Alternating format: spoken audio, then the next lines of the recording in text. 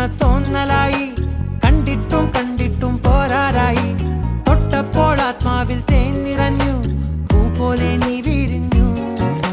ഞാൻ മഹാരാജ അൺഎക്സ്പെക്റ്റഡ് ആയിട്ട് വിസിറ്റ് ചെയ്തതാ. തൃപ്പൂണിത്തുറ പോകണമെന്നായിരുന്നു വിചാരിച്ചത്, പിന്നീട് അത് മാറ്റി ഇങ്ങോട്ടേക്ക് വരുമായിരുന്നു.